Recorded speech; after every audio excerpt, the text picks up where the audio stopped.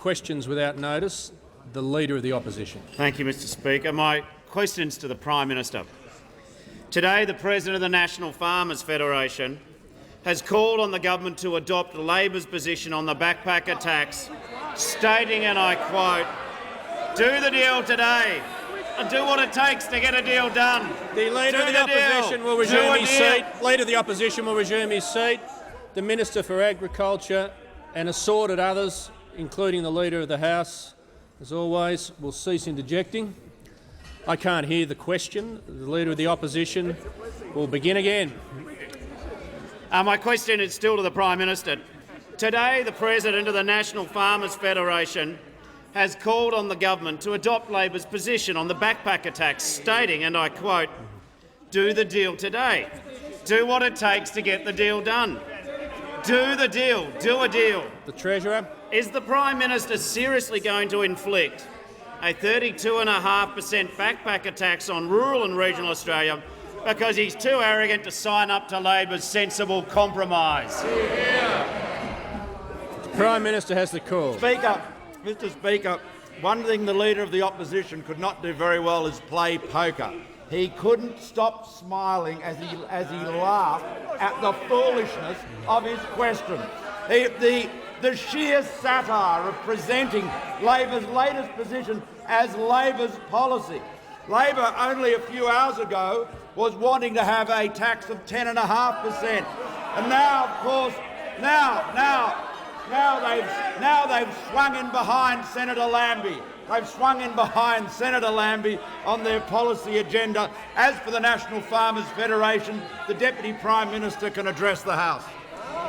The Deputy Prime Minister has the call. Mr Speaker, the NFF have never ever said to adopt Labor's position. Member for Griffith. And in fact, you should actually go out and correct the record, because the NFF have never said we should adopt Labor's position. And yet this is another example of the character of the person who wishes to be the future Prime Minister of Australia. It shows yet another example how we cannot trust the Leader of the Opposition. It shows us yet another example of this lubricious, vexatious form of politics. And there he does it with a swami smile on his face. He thinks it's all a big joke. He thinks it's all a big joke. It's just a big joke. Big joke like what they did to the live cattle trade. The big joke is what they're going to do to the horticultural industry. This is the sort of approach, the contemptuous approach of the Labor Party. And they talk about it's all about a number. And they say it must be a number. Well, I can tell you what you've moved. You've moved from 10.5 to 13, 2.5%. We've moved from 32.5 to 15, 7.5%. Yet all the time, all you try to do is destroy. You are a wrecker. You want to destroy. You are not worthy of the highest office, and you completely and utterly mislead this House time and time and time again. Time and time again. Well, the Australian people are watching you with your swami looks, your swami little press conferences, your smile. It's all just a joke. It doesn't matter. It's just other people's jobs. And at the heart of this, what is it? What does he stand behind? He stands behind having a worse rate for Australian workers. Australian workers actually discriminated against. Member for Ballarat is warned. Is this the earnest actions of a former trade union leader? Is that who you are? Is that what you've become? Is that what you've become? Do you stand by that? Do you stand by every word of what you just said in that question? Do you, the Leader of the Opposition? I challenge you to say I stand by every word that you just said. Tell us that what you just said was the truth.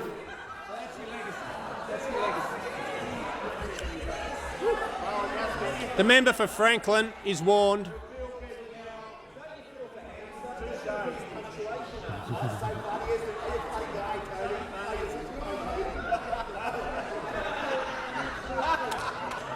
Members cease interjecting. We'll resume question time. The member for North Sydney. Thank you, Mr Speaker. My question is to the Prime Minister. Will the Prime Minister update the House on the government's achievements? How are those achievements, including reinstating the Australian Building and Construction Commission, delivering stronger economic growth and benefiting hard-working Australians? The Prime Minister has the call. Mr Speaker, and I thank the honourable member for his question. Mr Speaker, here on the last day of the Parliament in 2016, The government is delivering on its national economic plan. We took our plan to the Australian people to the election and we won.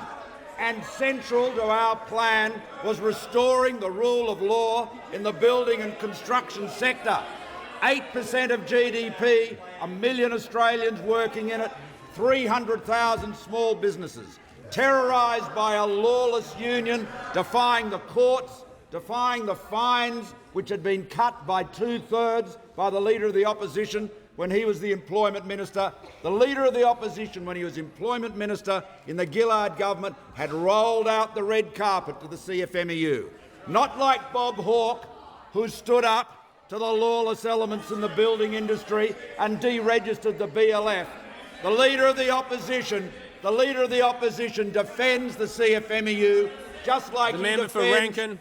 Craig Thompson, Cathy Jackson and Caesar Mellon, his hand-picked successor. This is a man who has hand-picked 2 Labor figures, one, Caesar Mellon, who is being investigated for corruption right now and is gone into the Victorian Parliament. The Prime Minister will resume his seat just before I call the Manager of Opposition Business. The level of interjections is far too high. The member for Chifley will cease interjecting. Member for Chifley, just keep your lips together and don't move them, okay? Just for 5 minutes. The member for Rankin is warned. The Manager of Opposition Business on a point of order. Mr Speaker, on direct relevance, the Prime Minister should be able to make 3 minutes on his own achievements, and if he can't be relevant for 3 minutes on his own achievements, Manager of it says it Opposition all. Business will resume his seat. The Prime Minister has the call. I can understand why the member for Watson would be ashamed of the way in which the Leader of the Opposition has been so careless of the rule of law that not only did he Member for Lindsay. Caesar Mellon to succeed him in the AWU, supported him going into the Victorian Parliament, and then hand-picked Kimberley Kitching into the Senate, who was recommended for investigation for prosecution by the DPP for fraudulently filling in other people's right of entry forms in defiance of safety conditions, and the Leader of the Opposition has not once stated how he satisfied himself that those findings by the Hayden Royal Commission were wrong. How he's not been able to satisfy himself of that, he doesn't care. He doesn't care about the 2 million members of trade unions. He doesn't care about the lawlessness in the construction sector. We do. We've stood up for those members. We've stood up for the workers in the construction sector. We're restoring the rule of law, just like we protected tens of thousands of owner-drivers from the Transport Workers Union when we abolished the RSRT, just like we protected 60,000 volunteer firefighters from a takeover from another militant union. The Labor Party of today is a wholly owned subsidiary of militant trade unions. The only parties that stand for their members are the coalition. Members on my left, the Leader of the Opposition. Thanks, Mr Speaker. My question's to the Prime Minister. On the backpacker tax, the Prime Minister has gone from 0% to 32.5%, then to 19%, then threatened 32.5% again, then to 15%, then threatened 32.5% again. And every time he said it was his final offer. When will the Prime Minister accept Labor's sensible compromise of 13%? Prime Minister, it's time to end the chaos. The Prime Minister has the call. Mr Speaker, the Leader of the Opposition has been described as a representative of the Foreign Workers Union. And you know, he is what he's been standing up for today is his Labor's policy is that foreign backpackers should pay less tax than the marginal rate of Australians working alongside them picking fruit. That's their policy. That's their policy. And they want them to pay 10.5%. Now they've upped it to 13% just in the last few hours, following the policy leadership of Senator Jackie Lambie. And Mr Speaker, when the Leader of the Opposition was a minister in the previous Labor government, he introduced the arrangements for Pacific Islanders to come to work in Australia as seasonal workers. And it was a generous scheme designed to enable them to give them tax break, so they'd only pay 15% tax, and they'd be able to come to Australia, do seasonal work, and remit money back to their families in some of the poorest countries in the world. The average GDP per household income per capita is around $1,650. And these seasonal workers were emitting about $5,100 on average each for their 6 months' time here. They're paying 15% tax. That's their tax rate. And what the Labor Party is now proposing is that they should pay, foreigners from Germany, from Norway, from some of the richest countries in the world, should pay less tax than Pacific Islanders do. And now they're still going to pay less tax than Pacific Islanders do. So that's the position of the Labor Party. Foreign backpackers from some of the richest countries in the world pay less tax than Australians, and they even pay less tax than Pacific Islanders working here as part of an aid exercise designed to enable them to remit money to their families in their communities in some of the poorest countries in the world. The Labor Party has no principles, it has no consistency, it has no values, it won't stand up for the people of the Pacific Islanders, it won't stand up for Australians. All the Leader of the Opposition seeks is the briefest, most transient political gain. All politics, no principle, no substance. Just before I call the member for Marino, it's fitting that I inform the House we have present on the floor of the chamber the former member for Marino and former Deputy Speaker, the Honourable Bruce Scott. Welcome back, Bruce. And I call the member for Marino. Mr Speaker, my question is to the Deputy Prime Minister and Minister for Agriculture and Water Resources. Will the Deputy Prime Minister explain to the House how the government's achievements support the hard-working Australians in the agricultural sector? Is the Minister aware of any threats to the sector's ongoing success? The Deputy Prime Minister. Mr Speaker, I thank the honourable member for his question, and he knows more than most about how important it is to have a successful workforce in regional areas and how that workforce is complemented by people from overseas. We never want them to be replaced by people from overseas. And therefore, it's very important that as we negotiate for a backpacker tax rate, a backpacker tax that came about by reason of the decisions of the former Treasurer, the Honourable Wayne Swan, and then enforced by the Administrative Appeals Tribunal, we now have the dilemma of trying to make sure that we get through a rate that is both fair for Australian workers and attracts people. Now, it's incredibly important as we're dealing with what we have at this moment. It's this smarmy, derisive, this obstinate approach from the Labor Party that is doing nothing but to divide people up, to divide Australians up.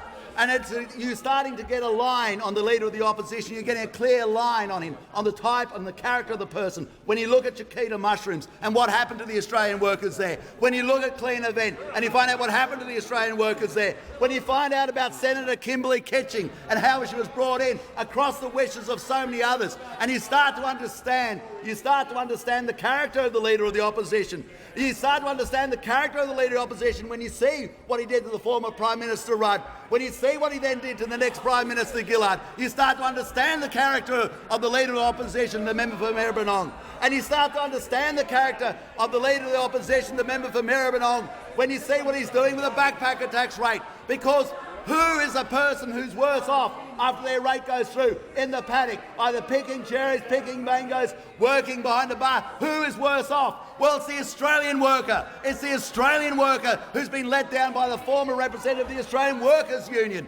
And who's the second person? Well, it's the people from the Pacific Islands. We can understand why we'd look after them. They're doing it tough, and we need to help them. And who is the Leader of the Opposition helping? Well, it's the person from Paris. It's the person from Paris. And why does he do that? Because of political effect. because in his swami lubricious way, he says, this scores a political point. This scores a political point. This is worth it. And he sits there with that Cheshire grin. He's grinning across the table because he does it. And the member for Hunter, he's smiling. Oh, you're so clever. You're so clever with the damage you've done. You're so clever with the damage you've done. You don't care about Australian workers. You never have cared about Australian workers. You are so inside the beltway. That is all this about. You're a disgrace in what this has happened today. When you should have shown some ticker, turn around. When you should have shown some ticker, when you should get that grin off your face. It's not funny at all. It's the whole point of what you're doing to the Australian horticultural industry is exactly what you did to the Australian live cattle industry. You're an absolute disgrace.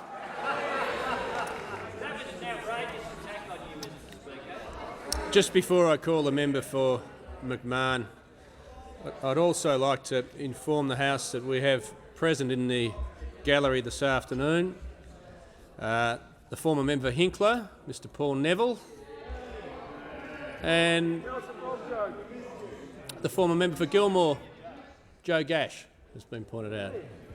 Welcome back to you both. I was trying to extend that as long as possible, that's true. The member for McMahon. Thanks very much, Mr Speaker. My question is to the Treasurer. Last week, the Treasurer declared there was no room for compromise on a backpacker tax of 19%. Today, the Treasurer shouted that 15% was a line in the sand.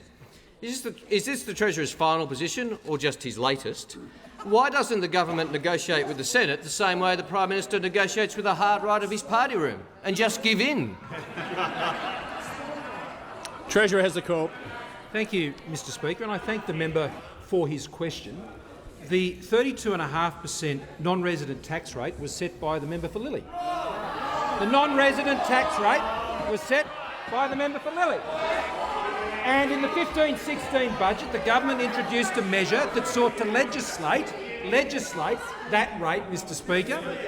The Manager of Opposition Business, on a point of order, you'll need to state the point of order. Mr Speaker, I want to seek leave to table the measure from the 2015 budget, which doesn't have the member for Lily's name on it. The Manager of Opposition Business will resume his seat. The Manager of Opposition Business, the member for Corangamite, I recognise the voice, will cease interjecting. The Manager of Opposition Business well knows that two things. One, he won't interrupt under a frivolous point of order to seek to table a document, and he certainly won't do that when it's a document that's already a paper of the Parliament. The Treasurer has the call. The member opposite clearly does understand the point. The non-resident tax rate was set by the former government at 32.5 cents. The government, this government, in the 15-16 budget, sought to introduce a tax rate for those on 417 and 462 visa holders at 32.5% to recognise them as non-residents, Mr Speaker, the non-resident rate of 32.5% being set by former Treasurer and the member for Lilly. Now, Mr Speaker, that 32.5%, that measure was taken to the last budget, and it was actually taken to the last election, not just by those on this side of the House, but by those on that side of the House as well, because the member opposite who asked the question put it in his forward estimates that the tax rate, legislated tax rate, would be 32.5%, and he put those in his numbers. And they had exactly the same position as the government. We were going to defer it for 6 months to come to a point of resolution. Now, the government in this last 6 months honoured that commitment by working through with our good members to come to a fair and reasonable position at 19%, which represented the parity position, indeed better, in the pocket for backpackers if they worked in Australia as opposed to working in other places. Now, in the spirit of compromise, Mr Speaker, in order to secure the support of those in their other place, we compromised to 15, Mr Speaker. That is the seasonal worker rate, the headline rate for seasonal workers at 15%, and that is an entirely reasonable position. Those opposite on this issue have just been playing political games, Mr Speaker, with the livelihoods of people in rural and regional communities. They've treated this like political sport they've sniggered and they've jeered and they've congratulated themselves and they've got all very excited, Mr Speaker. But the fact is the government has been implementing its election commitment to resolve this issue in a reasonable and practical way. Those opposite are playing political sport, Mr Speaker, political sport on this issue, and even what we've seen today is just a continuation of the games. The government has a reasonable position on the table. Those opposite should grow up and support it. The member for Kennedy. Minister for Energy, Frydenbergs are known for integrity, honour and incorruptibility. Assures us that you will not follow your predecessors' path to perdition. Minister Anderson rejects biofuels and now works for an oil and gas company. Vale works for an oil and gas company. Ferguson works for 2 oil and gas companies. McFarlane heads the Queensland Resources Council. To quote the AMA, Atmospheric Health, Professor Carney, more people die from motor vehicle emissions than motor vehicle accidents. A healthy lung, the lung of a Sydney-sider. Minister, will you consider a health-safe, cheap, guaranteed reliable, homegrown fuel supply, biofuels, or are you just another oil puppet? The Minister for the Environment and Energy.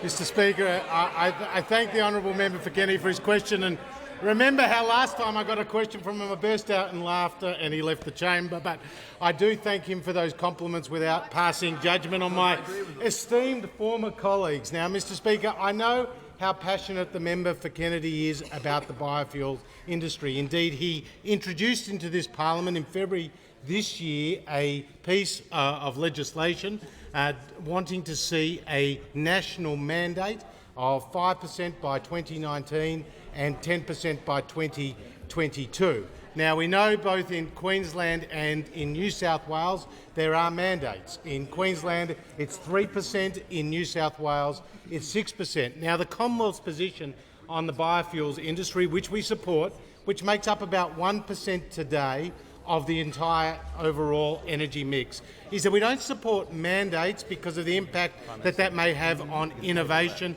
and customer choice. But we do support the biofuels industry in many other ways. We've spent some $1 billion over the last 10 years. We've done that through a fuel scheme, we've done that through a grant scheme. But now our focus from July 15 has been on the excise system, Mr Speaker, looking at the energy content.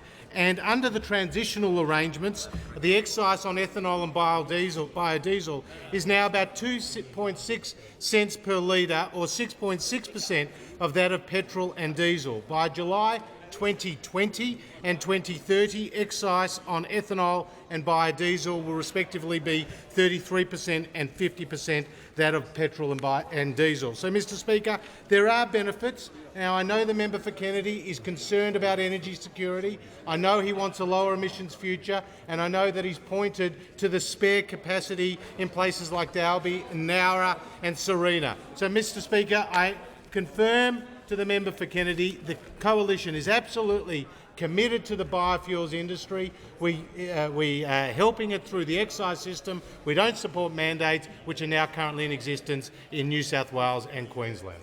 Just before I call the member for Bonner, I'd like to inform the House we have present in the gallery this afternoon in the front row the 3 winners of the My First Speech competition.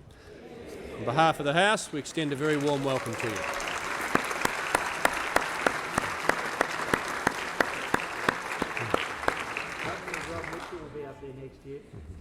The member for Bonner. Thank you, Mr Speaker. My question is to the Treasurer. Will the Treasurer update the House on Australia's progress in reducing the deficit, arresting debt and protecting Australia's AAA credit rating? How does a strong budget support a growing economy that creates new jobs and lifts real wages for hard-working Australians? The Treasurer.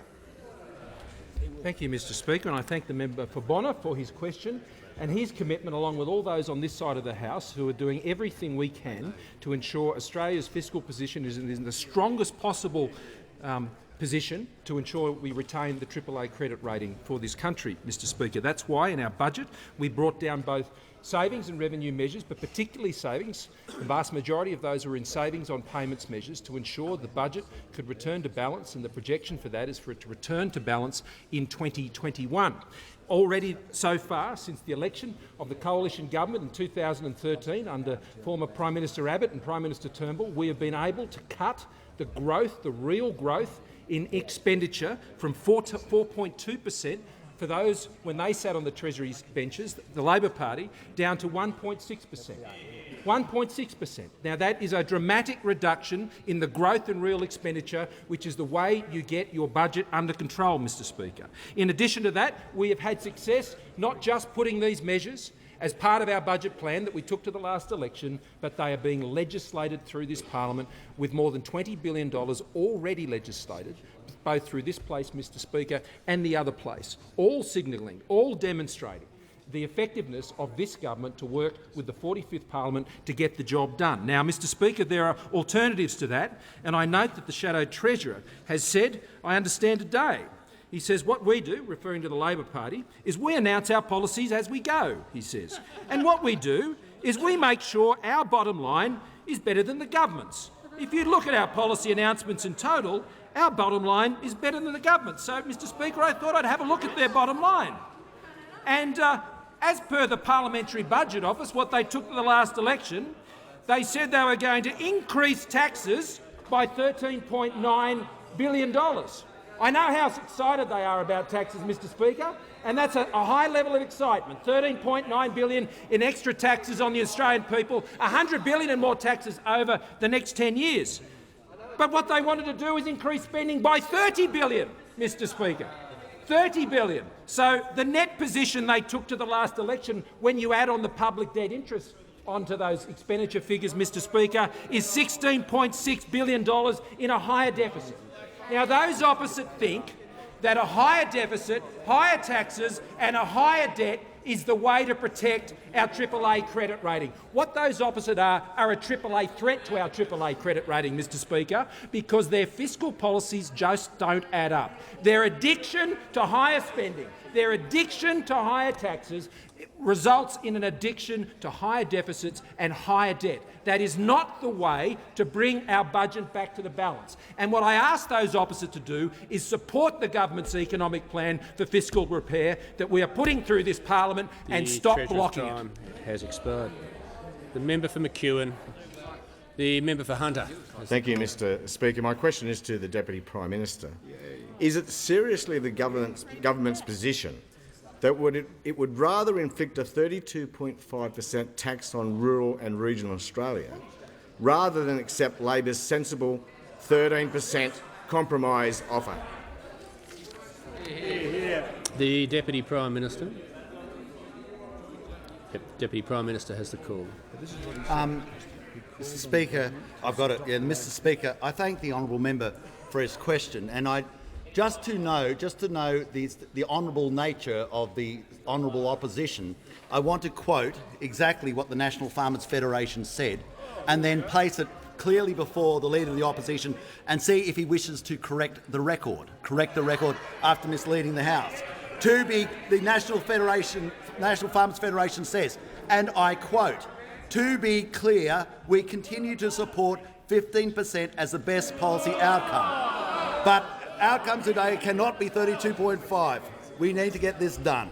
So, Mr Speaker, I ask that in reflection of the statement and the question by the Leader of the Opposition in the first instance, which was brought to his attention by part of my answer, is he going to correct the record, or is it just yet another indication of the person we have? The same person who knifed Prime Minister Gillard, the same person who knifed Prime Minister Rudd, the same person who let down the workers at Chiquita Mushrooms, the same person who let down the workers at Clean Event, is the same person who now is going to have Australian workers discriminated against in favour of overseas workers. That is the policy of the Australian Labor Party that once upon a time used to represent labourers, but there's not many labourers in the Labor Party these days. What we have is this swami, lubricious approach this process of playing a game with regional Australia, the same sort of approach they used when they brought about the closure of the live cattle trade. And even when we've tried, we've negotiated from 32.5% down to 15%. We have moved 17.5% because we believe it is right. And now what we have, and we have showed how we're going to pay it as we go along, but what we have from the Labor Party is they start at a rate of 10.5%. Why? Not because they believe in it, not because that's the rate they took to the last election. They didn't. They took 32.5 to the last election. What they wish to do is to create discontent, to destroy, to wreck, to bring the show down. That is what it's about here. And they are led by a person who is not worthy to be the Prime Minister of Australia. And it is a character assessment, even in the questions that he asks, that they're not the truth. They are not the truth. And so what are we going to do? We're going to sit here and we have the opportunity for him to show some dignity, some political ethic. And if we're prepared to move from 32.5 to 15, is it not too much for you to do the right thing by this afternoon and get this thing resolved? The Manager of Opposition Business. I'd ask the Deputy Prime Minister to table the transcript he claimed to be reading from, and if he's not willing to, I'm happy to seek leave to table the transcript that the Leader of the Opposition earlier quoted from. There's nothing there, that's it. The member for Hunter will cease interjecting. I thank the Minister, and the Manager of Opposition Business can resume his seat. The member for Forest. Thank you, Mr Speaker. My question is to the Minister for Defence Industry, representing the Minister for Employment. Will the Minister outline how industrial relations reform will help restore the rule of law on building sites across the country and ensure unions are run for hard-working Australians, not for union leaders? The Minister for Defence Industry, representing the Minister for Employment. Thank you very much, Mr Speaker, and I thank the member for Forest for her question. Mr Speaker, this week the government has passed two signature pieces of legislation, the Registered Organisations Commission Bill and the Australian Building and Construction Commission Bill. These are signature pieces of reform of the industrial relations architecture in Australia. They will improve the way unions are run and organised through the Registered Organisations Commission, so they operate on behalf of workers, not corrupt union bosses, and it will restore the rule of law on building and construction sites in Australia through the ABCC. Mr Speaker, it's very important that misbehaviour in unions be reported to the appropriate authorities. The Fair Work Commission has had a hotline for some period of time for which misbehaviour can be reported. The Registered Organisations Commission will, of course, have a very similar hotline.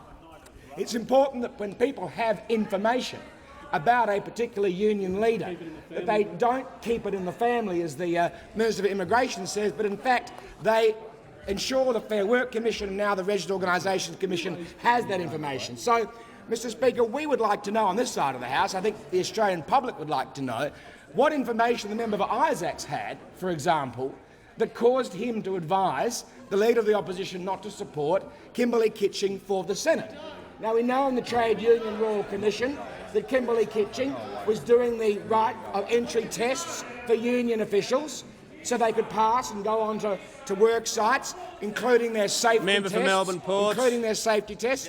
We know that she used to summon other staff with a megaphone to the her member office, for Melbourne which Ports sits is warned. uneasily with the Labor Party's pretence of egalitarianism, but nevertheless, apparently she used to do that bizarrely.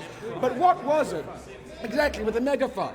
But what was it, Mr Speaker, that the member for Isaacs so exercised the member for Isaacs' mind that he threatened to resign if Senator Kitching was put into the Senate by the Leader of the Opposition?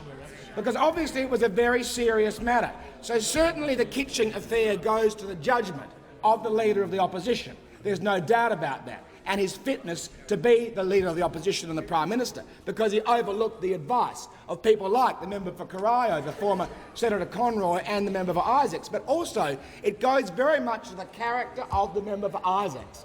The person who wants to be the Attorney-General again of this country, it goes to his character that he not only threatened to resign from the front bench because of the inappropriateness of Kimberley Kitching, but then he did not resign. Why did he not resign? Why has he not resigned when he promised to resign? What kind of character has he shown to the Australian public that he made such a serious threat and then didn't follow through with it?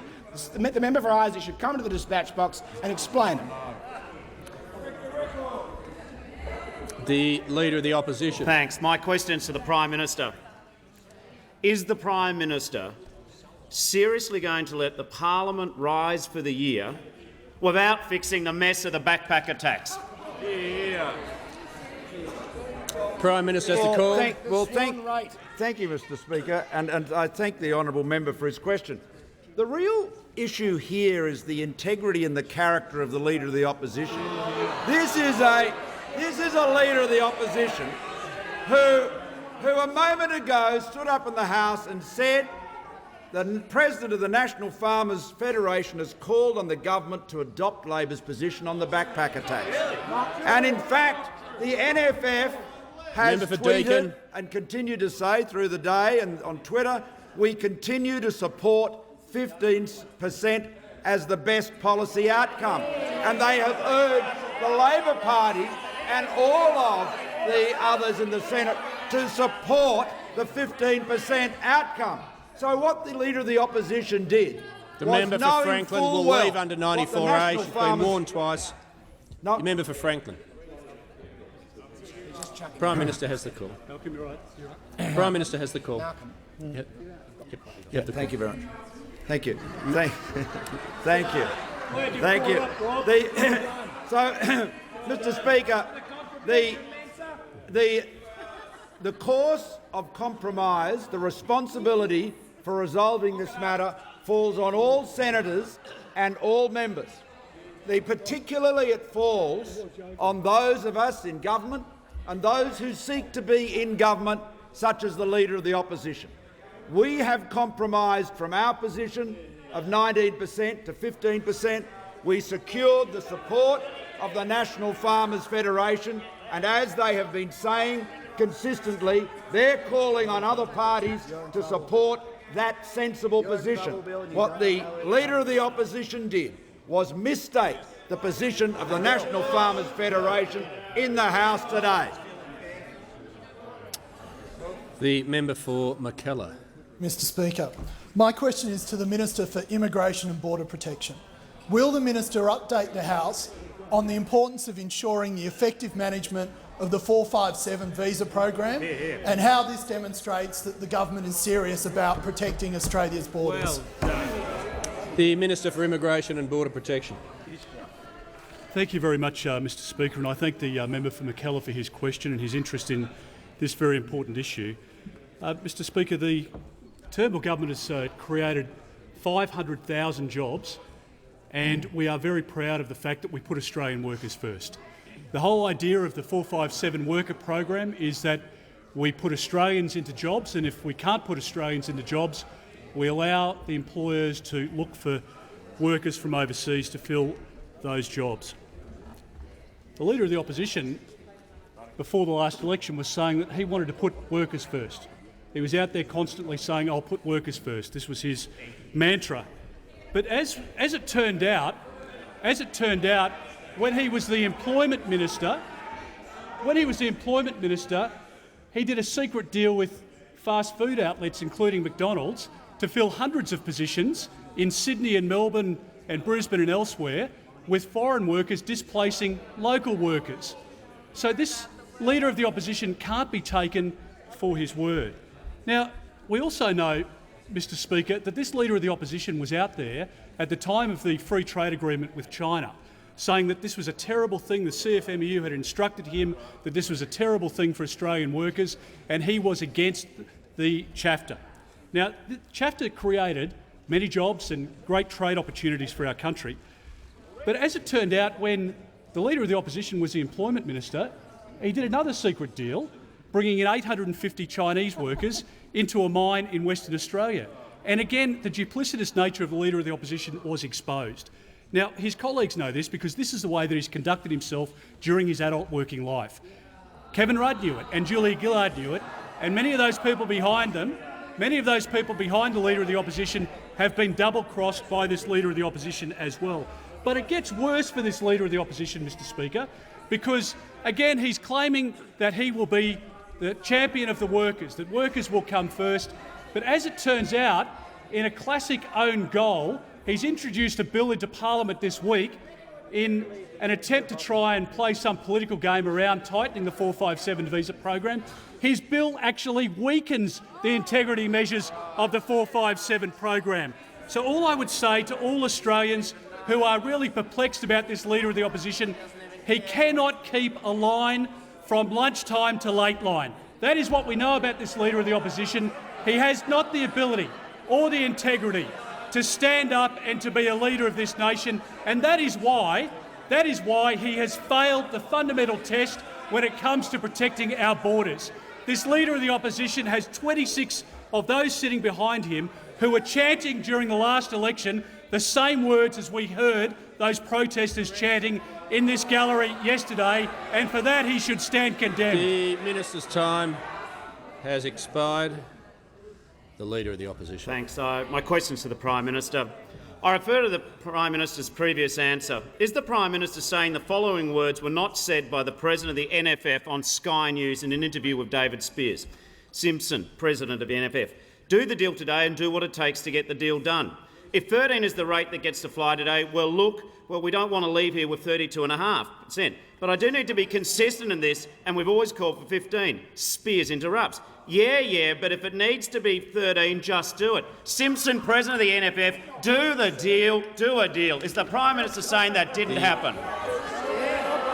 Prime Minister has the call. Speaker, now, Mr Speaker, what this shows on my right. is the utter inability of the Leader of the Opposition to tell the truth.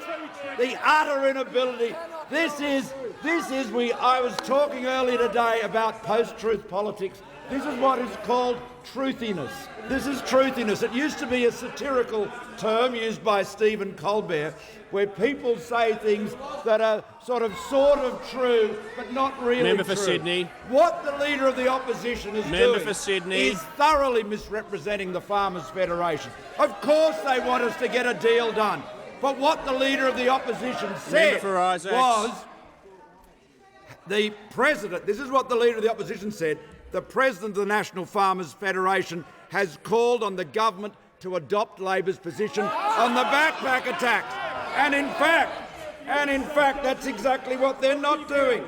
Let's look at one tweet they've got here. Clock ticking to avoid backpacker tax. Tell them 15% is competitive and fair. There, Mr Speaker, to be clear, we'll continue to support 15% as the best policy outcome. Mr Speaker, they're full of fun. What's it like being led by somebody who has no regard for the truth at all? It's absolutely obvious why both the right and the Gillard camps did not trust the Leader of the Opposition. He can't trust himself. He indicted himself with his own question. He is incapable of distinguishing between fact and fiction. He will only tell the truth when it is in his interests to do so. The National Farmers Federation would love to see this resolved. So would we. What is the position they recommend? 15%. That's their view. That's what they're recommending. They're urging Labor and the crossbenchers to support 15%, and he knows it. But it doesn't suit him because he's reckless about the truth.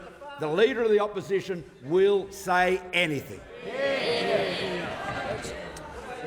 The member for Ford. Thank you, Mr Speaker. And my question is to the Minister for Trade, Tourism and Investment. Will the Minister update the House on how the Korea-Australia Free Trade Agreement is gifting new export opportunities for Australian businesses and creating jobs for hard-working Australians? Is the Minister aware of any risks to these opportunities? The Minister for Trade and Investment. Thank you very much, Mr Speaker, and I thank the member for Ford. As I've said, like others on this side of the House, he's passionate and has a strong desire to see businesses in his electorate benefiting from the preferential market access that the Coalition has been able to deliver. In fact, on the 12th of December of 2016, it will mark 2 years since the Australia-Korea Free Trade Agreement, or CAFTA, came into force. And since then, we've seen numerous businesses significantly increase their exports. The fact is that CAFTA is gifting opportunities for Australian exporters, and this side of the House is very focused on maximising those opportunities and driving Australian jobs as a result. If you take, for example, Mr Speaker, Reed Fruits. Now, Reed Fruits have increased their cherry exports to Korea 30-fold as a direct result of the agreement. So, Mr Speaker, speaking of cherries and speaking of gifts, and given that it is Christmas, I thought it might be a good idea to have a look around at all of the Christmas trees that have been in the building, and I noticed that there was a CFMEU Christmas tree. And there was, in fact, a number of gifts under this CFMEU Christmas tree. The first gift was a gift for the AWU, the gift of the Clean Event Agreement, which saw Australian workers and wages lose, of course, many of their entitlements because the Leader of the Opposition wanted to trade them away. The second gift that was under the CFMEU Christmas tree was a gift from the Plumbers Union. We know the Labor Party are very fond of gifts and gift cards at this time of year. They actually were using gift cards to pay for Labor Party memberships. There was another gift under the CFMEU Christmas tree, a gift for Sam Dastyari. And Senator Dastyari got an all-expense-paid trip. There was another gift as well, a gift for the Leader of the Opposition, a formerly undisclosed $40,000 gift from Unibuilt for campaign workers. And we know the Leader of the Opposition loves Christmas gifts. That's the reason why he's already gifted, of course, a gift to Senator Kitching. Now, we all hoped we'd receive a gift and have the member for Isaacs actually follow through on his word and resign, but we've got to keep waiting for the time being. And, of course, the biggest gift of all was the gift for the Australian Labor Party, $11 million from the CFMEU under the CFMEU Christmas tree. So what we know is while the Leader of the Opposition pretends to be Santa Claus to the people of Australia when he's outside this House, the fact is when he's in this building, the only gifts he's interested in are gifts for the CFMEU and the Australian Labor Party. But, Mr Speaker, I did notice that there actually was one more gift under the CFMEU Christmas tree. It was a gift for the former member Craig Thompson. Ho, ho, ho, Merry Christmas. Just before I call the Leader of the Opposition, I just remind all members, in referring to members by their correct titles, that does include senators. Senators should be referred to as senators, and I should have pulled the Leader of the House up. Leader of the House, the Leader of the House, I'll just get the Leader of the House's attention. So senators need to be referred to by their correct titles as well, and I notice the Minister for Trade and Investment pulled himself up on that, but I just make that point to the House, the Leader of the Opposition. My question's to the Prime Minister. Since being elected Prime Minister, the Prime Minister has been willing to back down on everything that he's ever believed in. Why won't he back down on the backpacker tax and fix this mess before Parliament rises today? Members on my right, the member for Hughes, the Treasurer. Mr Speaker, I think the Prime... Yeah, the Manager Opposition Business will resume his seat. The Manager Opposition Business will resume his seat. On this last day, I'm not going to go right through the long-standing practice with regard to Prime Ministers referring questions to ministers. Manager Opposition Business, Manager Opposition Business, Manager of Opposition Business will cease interjecting. Treasurer. Speaker, I thank the Prime Minister for the opportunity to respond. Those opposite have asked about the backpacker tax, Mr Speaker, and what is important to understand, as I was referring to in an earlier response in the House, Mr Speaker, is why is the rate at 32.5 cents?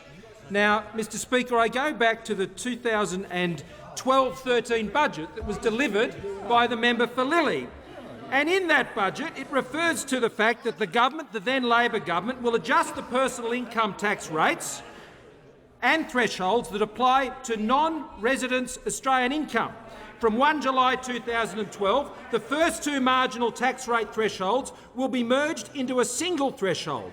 The marginal rate for this threshold will align with the second or marginal tax rate for residents, that is 32.5%. Now, that's what it said in the 12-13 budget, Mr Speaker, and what the government had sought to do, given that case law had demonstrated that backpackers were non-residents for tax purposes, which is the standing arrangement under the case law now, that the 32.5% rate set by the member for Lilly under the Labor government, that is the rate of tax that they will pay.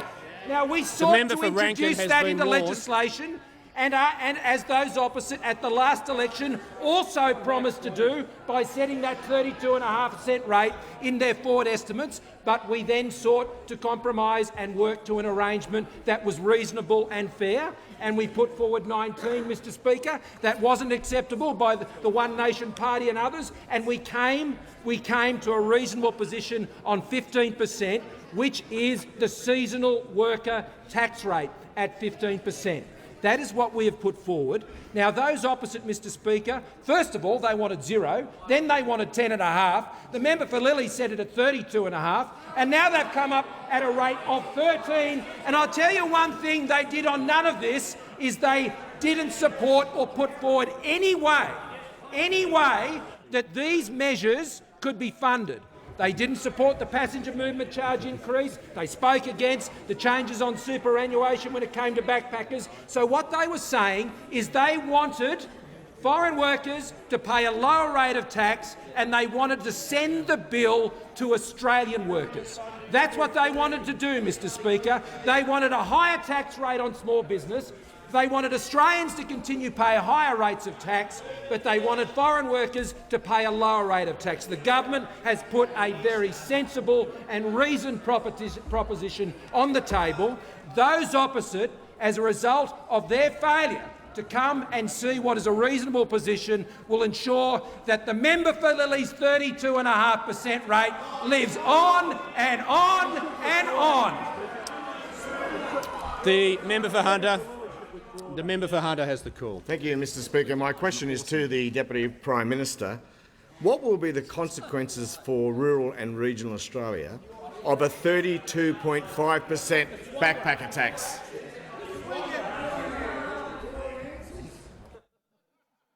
The Deputy Prime Minister has leads the call. with his chin. Every time you let him off the leash, he gives you problems. He gives you big problems.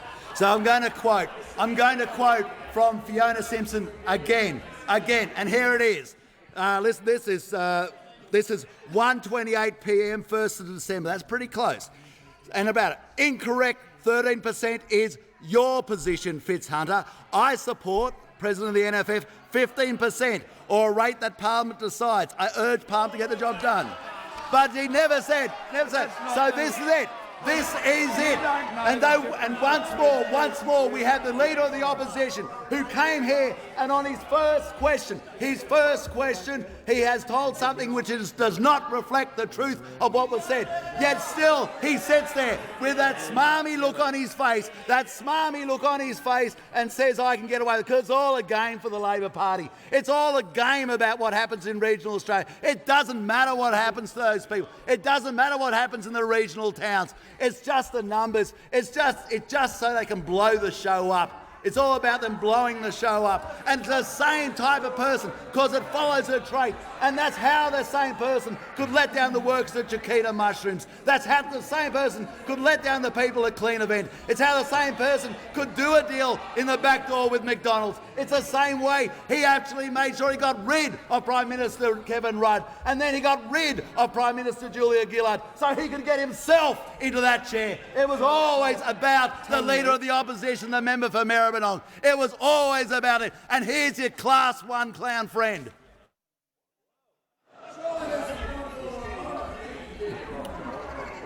The member for Hunter on a point of order. Relevance, Mr Speaker. I asked him about the consequences for rural and regional Australia of a 32.5% backpacker tax. The member for Hunter will resume his seat.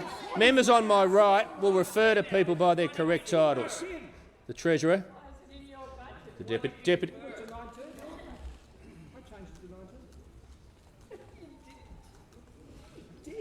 We're all waiting for you both. The Deputy Prime Minister. So, Mr Speaker, so we are trying to correct the rate of tax that was brought about by the Australian Labor Party under the then Treasurer Wayne Swan. We have approximately 2 hours left to do it. Approximately 2 hours left to do it. And we are looking into the heart of the Labor Party to say, do you honestly believe in the Australian Labor Party, the party of sharers, the party of farm workers? Do you honestly believe that it is morally right that a person from Paris is going to have a tax advantage over Australian workers? Do you honestly believe that? Or have you travelled that far? Have you travelled that far from your base? Is it that far in the past? Has it just turned into a political game? Don't you think it's rather absurd that the National Party has to be doing your job in protecting Australian workers in getting a fair deal? And the reason the National Party has to protect Australian workers to get a fair deal is because the member for Maribyrnong is only worried about one job, and it's his job, and he's willing to walk over Prime Ministers, he's willing to walk over Chiquita mushroom workers, he's willing to put in Senator Kimberley Kitching, he's willing to do anything just as long as he's in that seat. Just before I call the next question, the Manager of Opposition Business. Members, Manager of Opposition Business, I just need to inform the House I accidentally called two from my left when the member for Grey had jumped, so I'm going to take two from my right to make it up. The member for Grey. Thank you very much, Mr Speaker. My question is to the Minister for Environment and Energy. I know the Minister is aware that South Australians have the most expensive and unreliable electricity grid in the nation, and last night again 200,000 people were plunged into darkness. It is imperative we quickly locate alternatives to supplement our baseload capacity, and there has been considerable interest in building renewable energy platforms with storage in the Grey electorate. Can the Minister report on the state of the South Australian electricity market and opportunities for the future? The Minister for the Environment and Energy. Well, I thank the member for Grey for his question and acknowledge his deep concern about the state of the electricity markets, not just in South Australia but right across the nation. Because in South Australia and indeed in his electorate, he has some of the most energy-intensive users in the country, including BHP at Olympic Dam, Nearstar at Port Pirie and Arium at Whyalla, and of course Yamba Aquaculture, which is an abalone farm in Port Lincoln which employs just more than 20 people, which has seen its electricity bills increase by more than $500,000 in the last year alone. Now, Mr Speaker, in South Australia, what has happened has been a disaster. In mid this year, we saw the wholesale electricity price in one day jump from $500 to $14,000 per megawatt hour. We've seen a huge reliance on intermittent generation, namely solar and wind. More than 40% of South Australia's power comes from solar and wind, and an over-reliance on the interconnector from Victoria. We've seen a blackout where 1.7 million people lost their power. We saw gridlock on the roads. We saw people kept in their homes, and we saw major energy users lose their power. Now, Mr Speaker, this is a disaster which we've just had another wake-up call yesterday, because at 1:15 this morning, 200,000 South Australians lost their power, and BHP lost their power for 4 hours. And we know this is a big experiment. They're the words of Jay Weatherall, a big experiment that clearly has failed. And even BHP has said the challenge, this is their statement today, the challenge is to reduce emissions and grow the economy, which cannot fall to just renewable alone. Now, Mr Speaker, that's our message. Our message is the decision by the Labor Party to join with the Greens to immediately phase out coal-fired power station is going to cost jobs, cost investment and compromise energy security. It's been criticised by people like Graham Richardson, criticised by Keith DeLacy, criticised by the Grattan Institute and many others who are watching the Labor Party leaves behind the blue-collar workers in pursuit of green votes in the city, Mr Speaker. Only the coalition can be trusted to manage this transition. Only the coalition can be trusted to pursue a realistic renewable energy target. Only the coalition can keep the lights on, and only the coalition believes in keeping blue-collar jobs in our regions and not pursuing those green votes in the city like those opposite, Mr Speaker. The member for Tangning. Mr Speaker, my question is to the Minister assisting the Prime Minister for Counter-Terrorism. Will the Minister update the House on the government's efforts to keep Australians safe from the threat of terrorism? The Minister for Justice.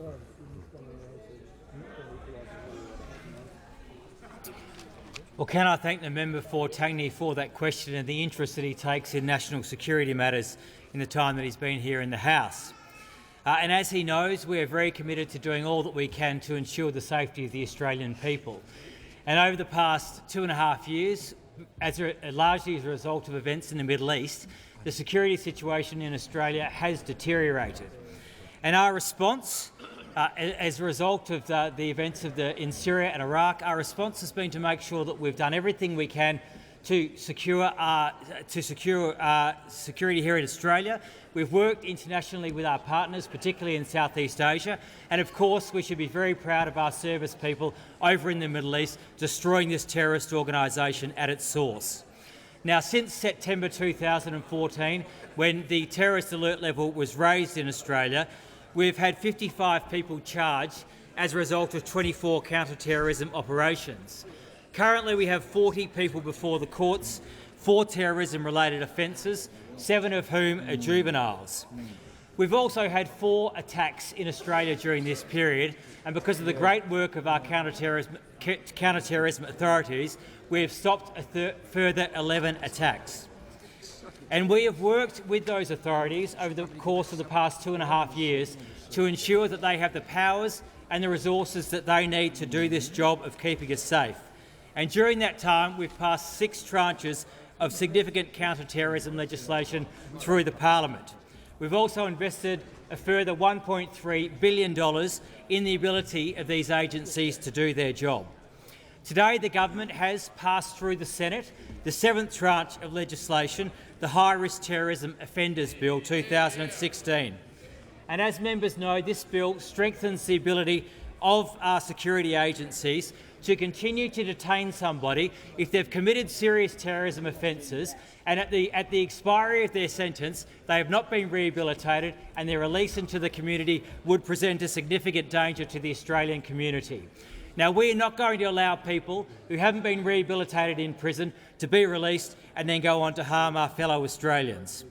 We've worked very closely with the states and territories on making sure that this bill passes, and I'd like to congratulate the Prime Minister and the Attorney-General for the work that they've done in ensuring that this bill has gone through with the agreement of all of the Australian jurisdictions.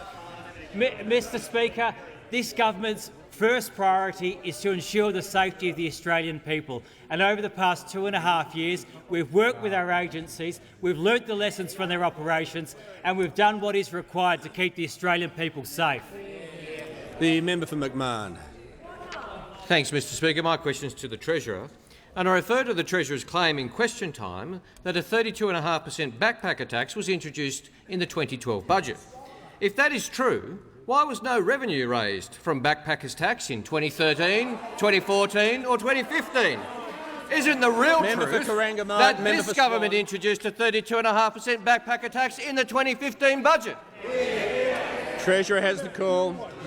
Thank you, Mr Speaker. I thank the member for his question. And the change to the non-resident tax rate of 32.5% introduced by the member for Lilly, given, as case law has demonstrated, backpackers are non-residents for tax purposes, Mr Speaker, the revenue that was put in that budget for 2012-13, to go to the member's question, was $19.3 billion in 2012-13, $22.2 billion in 13-14, $22.2 billion in 14-15 and $25.2 billion in 15-16. Treasurer, resume his seat.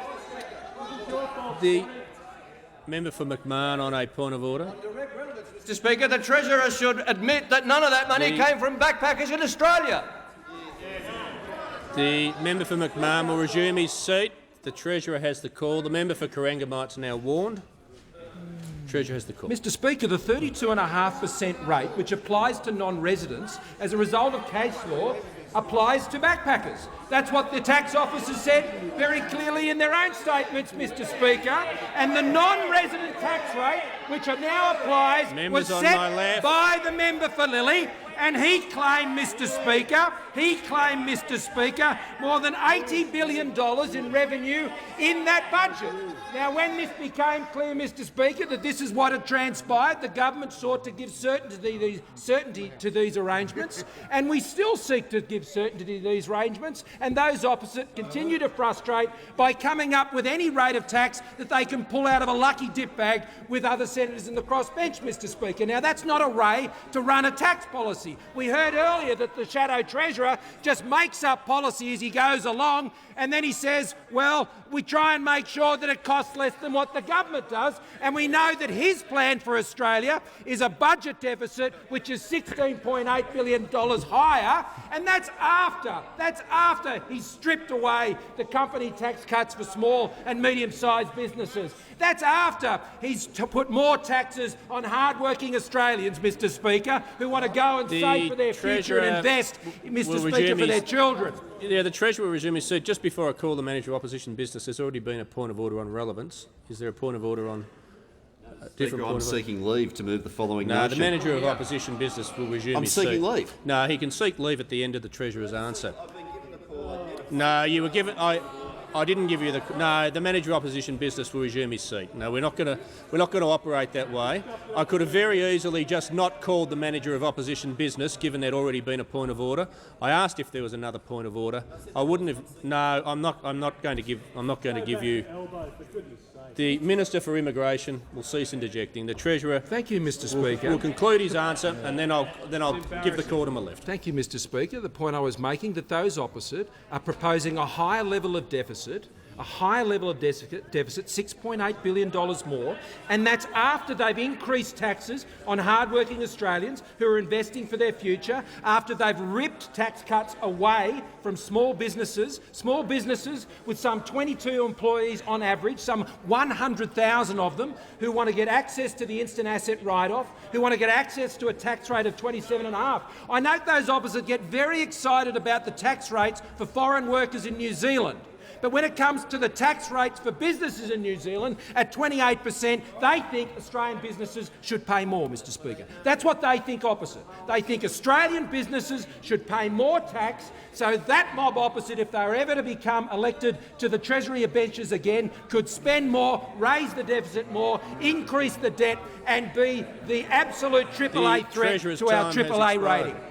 The Manager of Opposition Business. Thanks, Mr Speaker. I seek leave to move the following motion, that the House 1 notes that on the backpacker tax, the Prime Minister has A, gone from 0% to 32.5%, B to 19%, C threatened 32.5%, D then to 15%, E threatened 32.5% again, and F been unwilling to accept the sensible compromise put forward by the Labor Party, and 2, therefore condemns the Prime Minister for preferring to hurt rural and regional Australia and the tourism industry with a 32.5% tax rate instead of accepting a sensible compromise. Is leave granted? Leave is not granted. The Manager of Opposition Business. I move that so much of the standing and sessional orders be suspended as would prevent the Manager of Opposition Business from moving the following motion forthwith, that the House 1 notes that on the backpacker tax the Prime Minister has A, gone from 0% to 32.5%, B to 19%, C threatened 32.5%, D then to 15%, E threatened 32.5%, and F been unwilling to accept the sensible compromises of the Labor Party, and 2, therefore condemns the Prime Minister for preferring to hurt rural and regional Australia and the tourism industry with a 32.5% tax rate instead of accepting a sensible compromise. It is extraordinary that they would rather punish Australia. The Leader of the House. The Leader of the House has moved the Manager of Opposition Business be no further heard. All those of that opinion say aye. To the contrary, no. I think the ayes have it. Division required. Ring the bells for 4 minutes.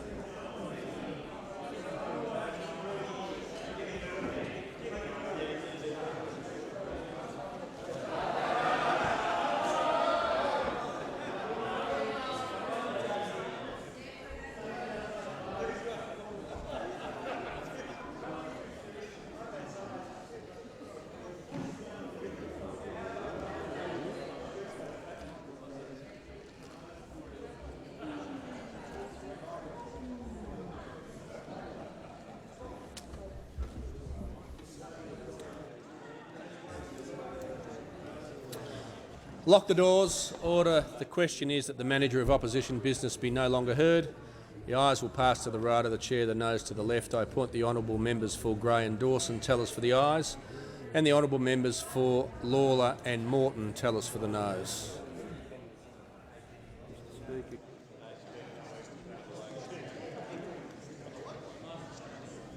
So I'll need to appoint another teller because the member for Morton was out under 94A.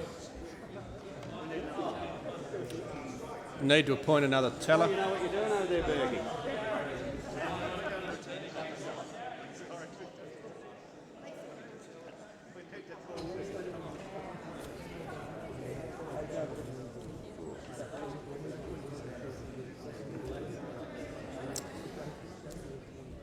I'm appointing the honourable member for Fowler, tellers for the noes.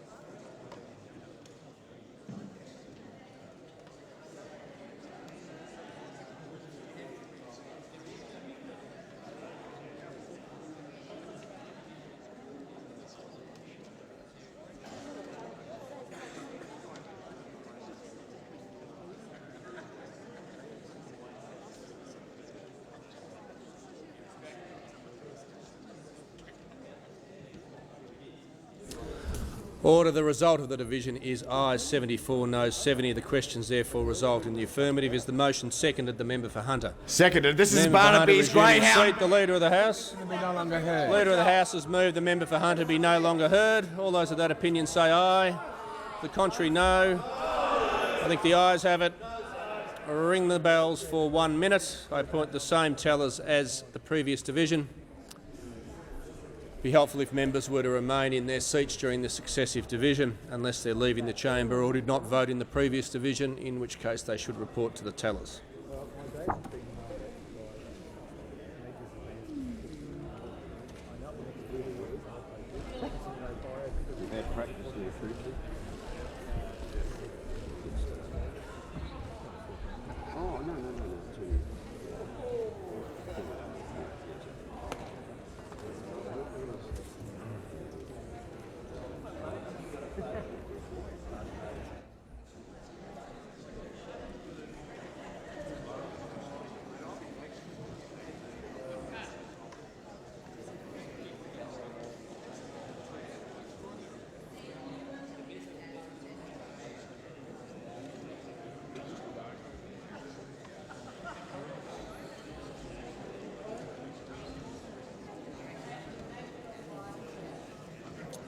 Lock the doors. The question is that the member for Hunter be no further heard. Members must remain in their seats unless they're changing their vote or did not vote in the previous division, in which case they must report to the tellers.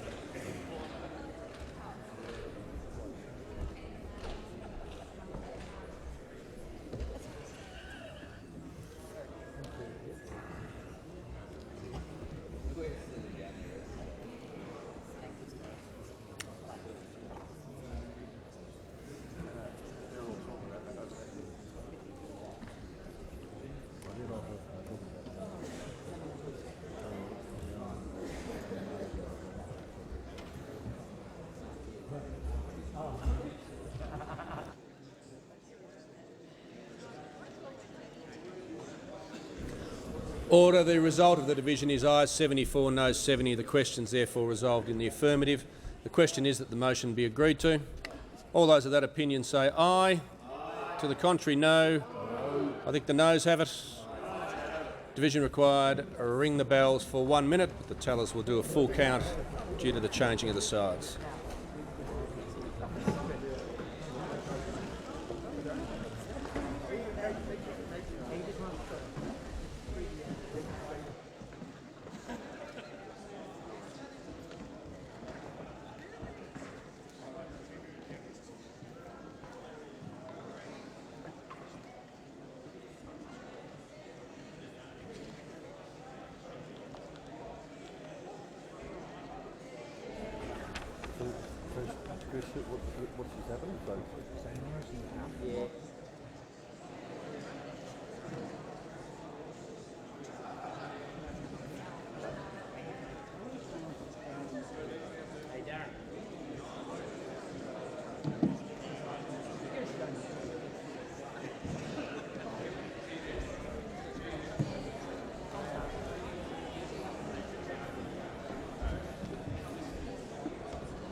Lock the doors.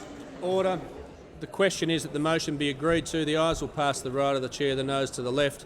I appoint the honourable members for Lawler and Fowler tellers for the ayes, and the honourable members from Morton, the honourable members for Gray and Dawson tellers for the noes.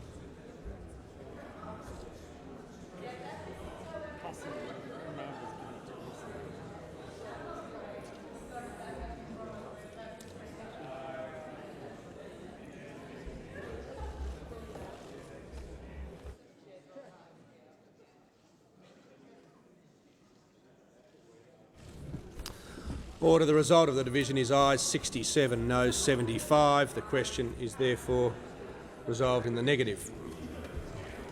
Time for a couple more, Time for a couple more, I think. You've got to ask.